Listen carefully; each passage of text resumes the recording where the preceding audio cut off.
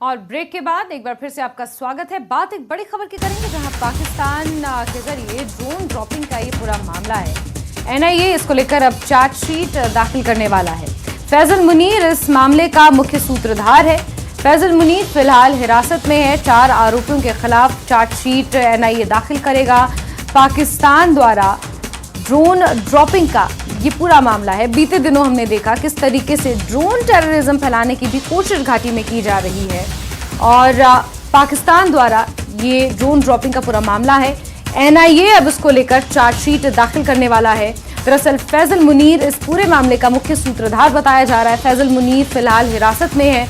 इसी के साथ 4 आरोपियों के खिलाफ चार्जशीट दाखिल की जाएगी। तो अहम खबर आपको दे रहे हैं और हमारे वरिष्ठ सहयोगी तेजिंदर सिंह सोढी इस वक्त फोनलाइन पर मौजूद हैं। तेजिंदर जी, जरा तफसील से बताइए ये पूरा मामला। देखिए जैस्मिन, अगर आपको याद होगा पिछले कई दिनों से या कई हफ्तों से पाकिस्तान द्वारा जो ड्रोन के जरिए भारतीय सीमा में हथियारों की तस्करी की जा रही है ताकि जम्मू कश्मीर में जो आतंक का दौर है वो चलता रहे। हथियारों की कई खेपें जो हैं वो पाकिस्तान के जरिए ड्रोन से भेजी जा रही हैं और कई ऐसी खेपें हैं जो भारतीय सुरक्षा एजेंसियों ने जब्त भी की हैं। कुछ ही दिन पहले सांबा में एक खेप जब्त की थी।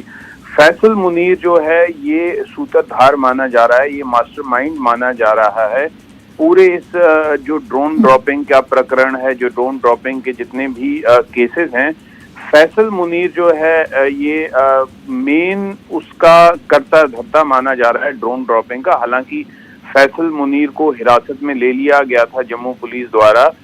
इसकी जो क्वेश्चनिंग द्वारा इसने ये माना कि किस तरह से पूरा ये जो पूरी कॉन्स्पिरेसी थी कैसे चल रही थी, जिसमें लश्कर तोयबा और उसका जो फ्रंटल है टीआरएफ, उसके द्वारा लगभग 25 कंसाइनमेंट जो हैं ड्रोन के द्वारा हथियारों की वो भारतीय सीमा में ड्रॉप की थी।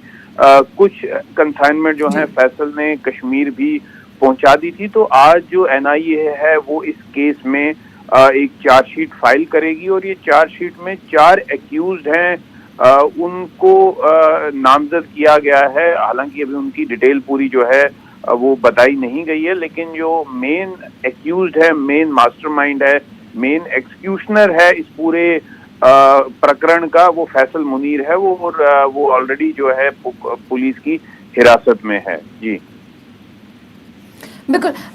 तेजिंदर जी, इसमें कोई दो राय नहीं है कि ड्रोन के जरिए आतंकवाद फैलाने की कोशिश पाकिस्तान लगातार कर रहा है। बीते दिनों हमने देखा कि एक आईडी ड्रोन के जरिए फेंका गया और उसके अलावा फिर जो नार्को टेररिज्म की हम बात करते हैं वो भी कहीं ना कहीं कुछ हद तक ड्रोन के जरिए घाटी में पहुंचाने की कोशिश की जाती है ड्रग्स को इस तरीके से। लेकिन अब जब एनआईए इसमें छानबीन कर रहा है, चार्जशीट इसमें फाइल कर रहा है, ये जो मुख्य सूत्रधार है या जो मास्टरमाइंड्स बताए जा रहे हैं पहले से ही हिरासत में है, चार्जशीट दाखिल करने के बाद किस तरीके से आगे कार्रवाई इस पर बढ़ेगी, इस पहलू से कुछ जानकारियां।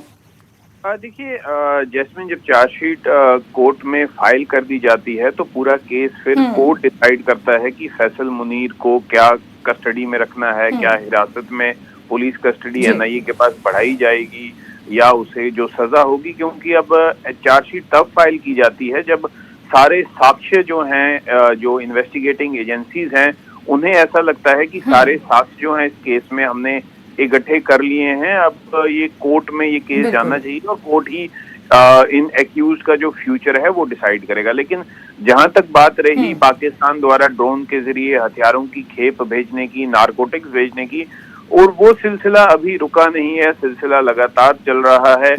जम्मू कश्मीर में अभी धुंध का फायदा लेकर कई ऐसी जगहों पर ड्रोन ड्रॉपिंग की जा रही है। लेकिन हमारे जो सुरक्षा कर्मी हैं, चाहे वो बीएसएफ हो, चाहे जम्मू कश्मीर पुलिस हो, वो पूरी तरह से मुस्तैद है और हर एक इस तरह की जो भी पाकिस्तान द्वारा जो साजिश रची जा रही है उसे विफल करने के लिए जो हमारी सुरक्षा एजेंसीज हैं वो बिल्कुल तैयार हैं।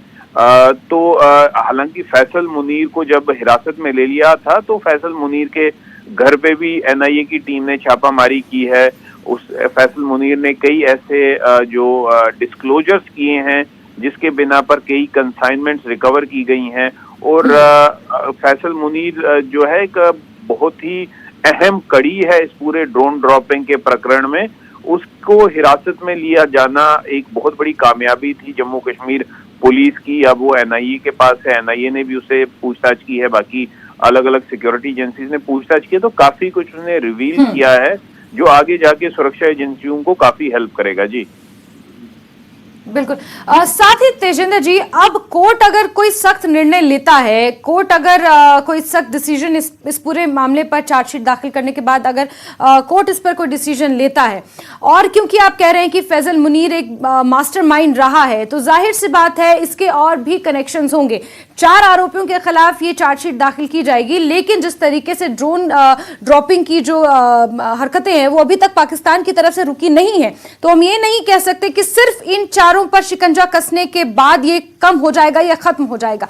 लेकिन अगर कोई ठोस डिसीजन निकलकर आता है कोर्ट से, तो क्या कुछ हद तक इन हरकतों पर पाकिस्तान की अंबुश लगेगा? देखिए, भारतीय कोर्ट का फैसला जो है पाकिस्तान तो मानेगा नहीं। उनकी तरफ से ये जो हरकतें हैं की जाएंगी। पाकिस्तान आज एक फैसल मुनीर का इस्तेमाल कर रहा था, कल कोई और फैसल मुनीर जो है वो बना के पाकिस्तान उसे इस्तेमाल करेगा, उसे एक मोहरा बनाएगा। तो पाकिस्तान जो है वो अपनी जो ये जो नापाक हरकतें हैं उनसे बाज तो आने वाला रहा कि भारतीय कोर्ट के फैसले को अगर अगेंस्ट भी आता है। रही बात इन 4 जो एक्यूज हैं, आने वाले समय में जो एनआईए है हो सकता है इस केस में और कुछ एक्यूज को ऐड करे, तो उस सिलसिले में सप्लीमेंट्री चार्जशीट फाइल की जाती है।